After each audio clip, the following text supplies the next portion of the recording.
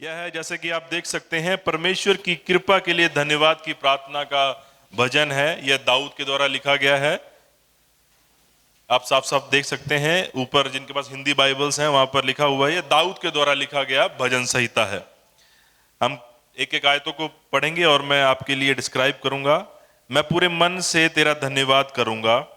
दाऊद कह रहा है कि मैं पूरे मन से तेरा धन्यवाद करूंगा। जो कुछ मुझ में है मैं उन सब से, सब मेरे पूरे हृदय से मैं तेरा धन्यवाद करूंगा। कुछ भी मुझ में ऐसा छूट नहीं जाएगा जिससे मैं तेरा धन्यवाद नहीं करूंगा। हम बहुत बार धन्यवाद कर रहे होते हैं, लेकिन हमारी अंदर प्राण में, हमारे मन में बहुत सारी चीजें कहीं और ही होती हैं। लेकिन दाऊद कह रहा है मैं पूरे मन से, जब इसका असल में आप मीनिंग देखते हैं, वह कह रहा है मैं पूरे मन से, जो कुछ मुझ में है, मेरा प्राण, मेरा शरीर, जो कुछ मुझ में है, मैं उन सब से तेरा धन्यवाद करूंगा।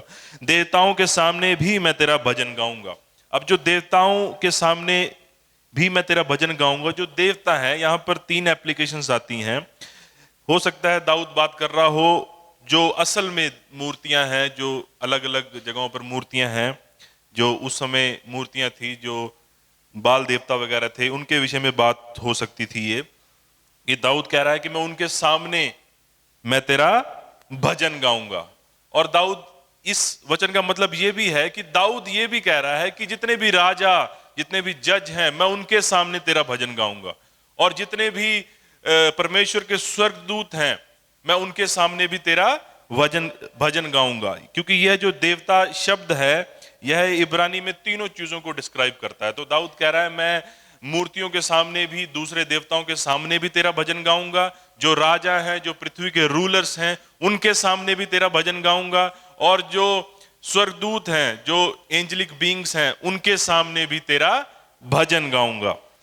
मैं तेरे पवित्र मंदिर की ओर दंडवत करूंगा। अब दाऊद कह रहा है कि मैं जो तेरा भजन गाऊंगा, मैं जो तेरी स्तुति आराधना करूंगा, मैं तेरे पवित्र मंदिर की ओर दंडवत करूंगा। मतलब कि जैसे तेरे मंदिर में निर्धारित है वैसे ही मैं करूंगा, जैसे हमें कहा गया है आराधना करने के लिए। यह एक तरह से डिस्क्राइब कर रहा है कि दाऊद कह रहा है जैसे हमें कहा गया है आराधना करने के लिए, स्तुति करने के लिए, प्रार्थना करने के लिए, वैसे ही मैं करूंगा। पुराने नियम में नियम था कि परमेश्वर के मंदिर में आराधना होगी और वहां पर दंडवत किया जाएगा। दाऊद उस चीज को डिस्क्राइब कर रहा है जो कि हम पर भी लागू होती है कि आज जो हमें आराधना करनी है, स्तुति करनी है, बड़ी गंभीरता से करनी है, पूरे मन के साथ करनी है। यह उस नियम को बता रहा है। आप समझ रहे हैं?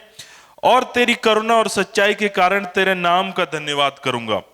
वह कह रहा है कि तेरी करुणा और तेरी सच्चाई के कारण तेरे नाम का धन्यवाद करूंगा। कि जो तू है, तू करुणा में है, तू ट्रुथ से भरा हुआ है, मैं उसके कारण भी तेरा धन्यवाद करूंगा। वो रीजन दे रहा है। आगे क्या कहता है? क्योंकि तूने अपने वचन को अपने बड़े नाम से अधिक महत्व दिया है। आमीन।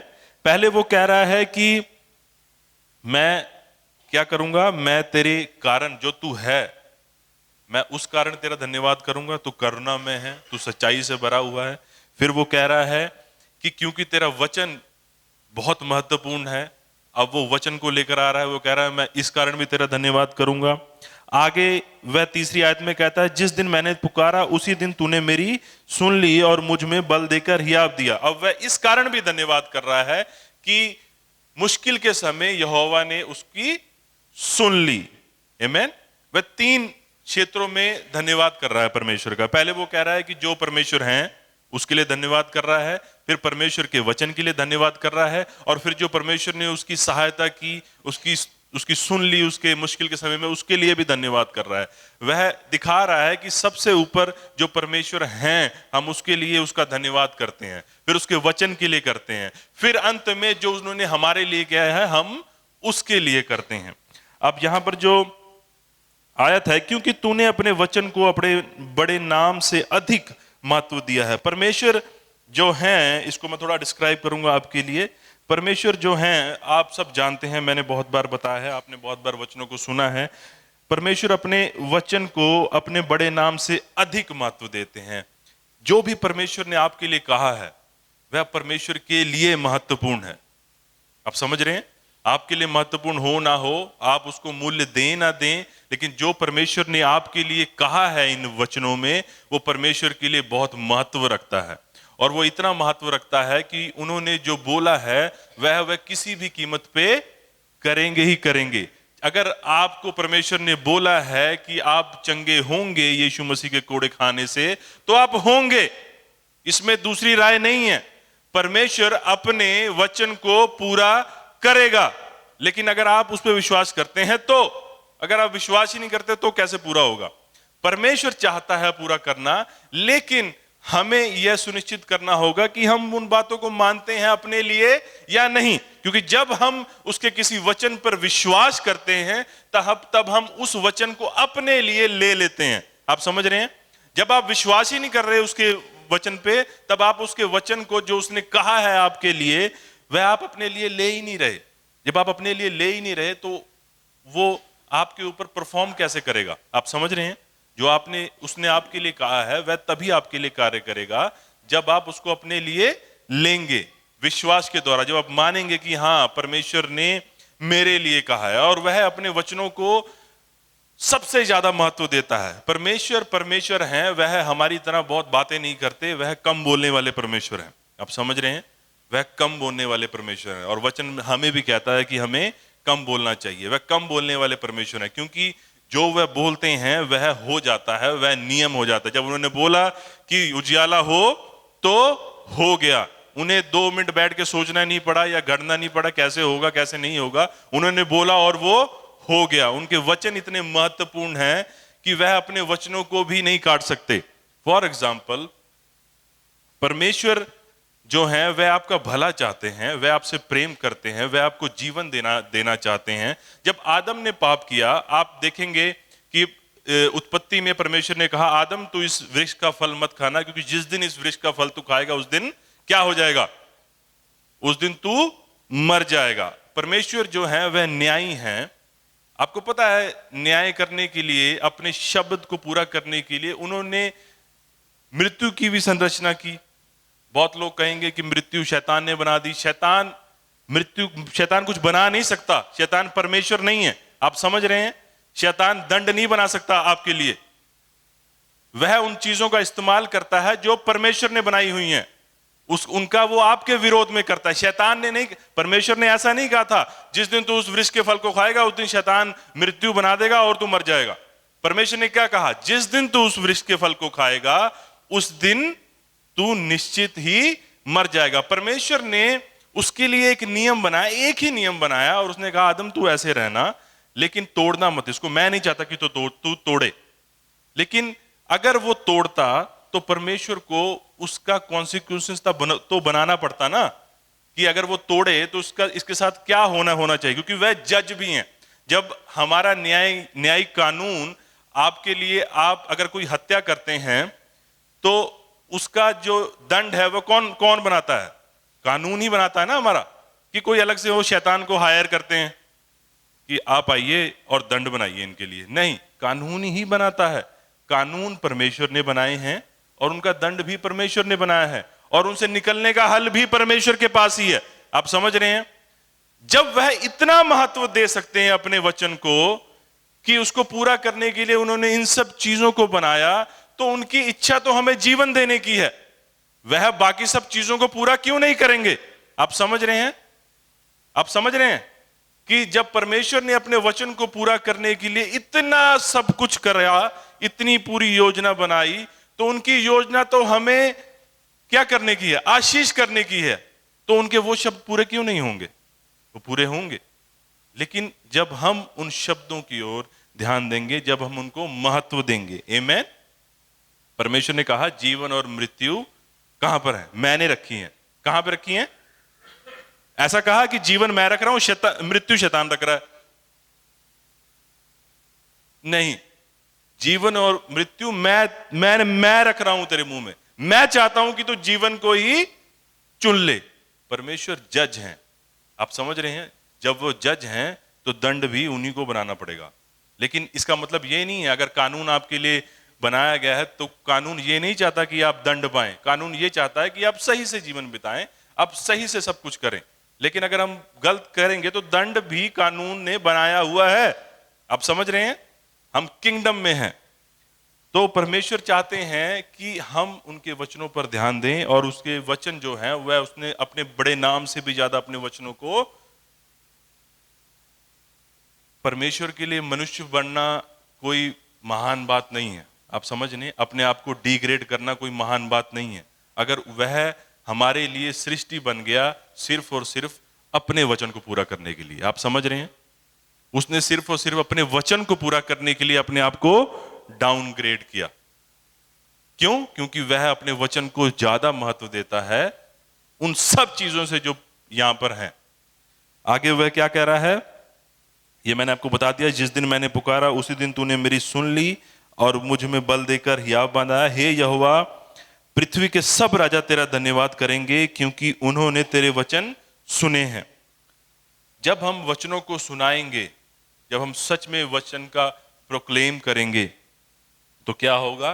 पृथ्वी के सब राजा परमेश्वर का धन्यवाद करेंगे। जब वो सुनेंगे ही नहीं तो वो धन्यवाद भी नहीं करेंगे। आप समझ रहे हैं? जब हम सुनाएंगे तब वह धन्यवाद भी करेंगे, और वे यहोवा की गति के विषय में गाएंगे भी, क्योंकि यहोवा की महिमा बड़ी है।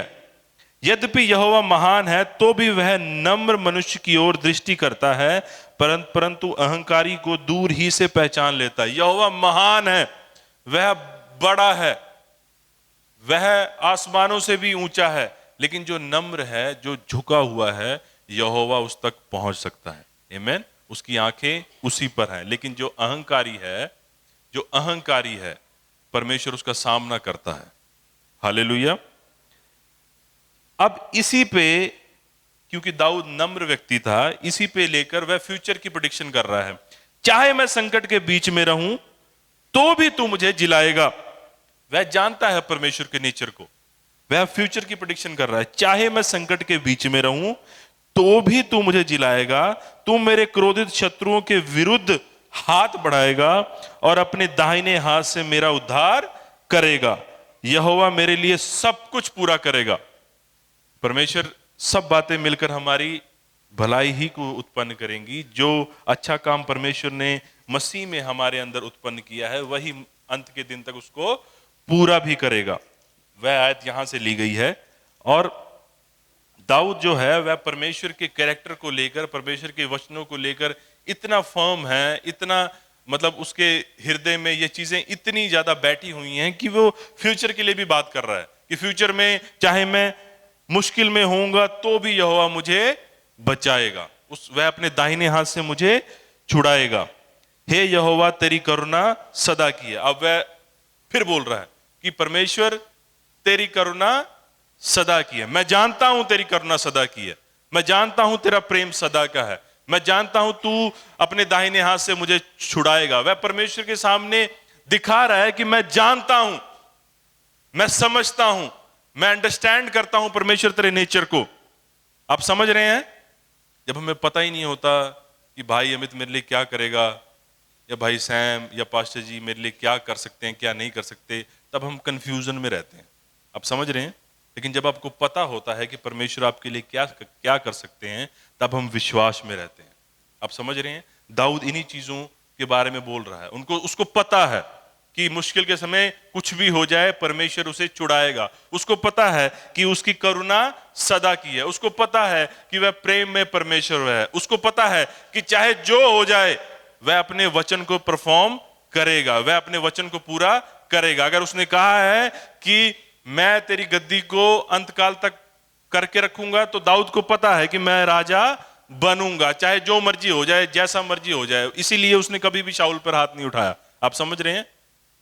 उसको परमेश्वर ने यह नहीं कहा था कि तू राजा बन जा, उसको परमेश्वर ने कहा था कि मैं तुझे राजा बनाऊंगा इजराइल के ऊपर, और वह उस पर विश्वास कर रहा था। आप समझ रहे हैं? चाहे चीजें उसके विरोध में थी, लेकिन उसको पता था कि जो परमेश्वर ने कहा है वह आज नहीं तो कल पूरा होगा।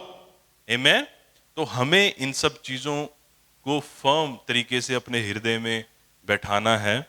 हमें परमेश्वर के चरित्र को अपने हृदय में बैठाना है कि चाहे जो हो जाए, हालात जैसे भी आ जाएं, उल्टे सीधे आगे पीछे, हमें जैसा मर्जी लगता हो कि शायद ये मेरे विरोध में है, लेकिन हमें ये मानना होगा, अपने हृदय में ये बैठाना होगा कि सब चीजें मिलकर मेरे लिए भलाई ही को उत्पन्न करेंगी, सब चीजें मेरे लिए फल को ही लेकर आएंगी, सब चीजें मेरे लिए ही अच्छी ही होंगी, भली ही होंगी, क्योंकि परमेश्वर मेरी ओर है।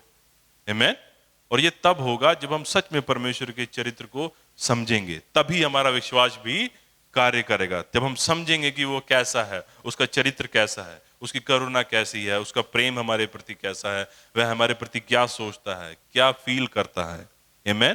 क्योंकि तब हमारा विश्वास डगमगाएगा नहीं, क्योंकि हम जानते होंगे कि परमेश्वर हमारे साथ है। जैसा दाऊद जानता था कि परमेश्वर मेरे साथ है, चाहे मैं घोर अंधकार की तराई में चलूं, चाहे मैं जहां चले जाऊं, वो मेरे साथ ही है। आमीन। तो परमेश्वर आपको आशीष करे।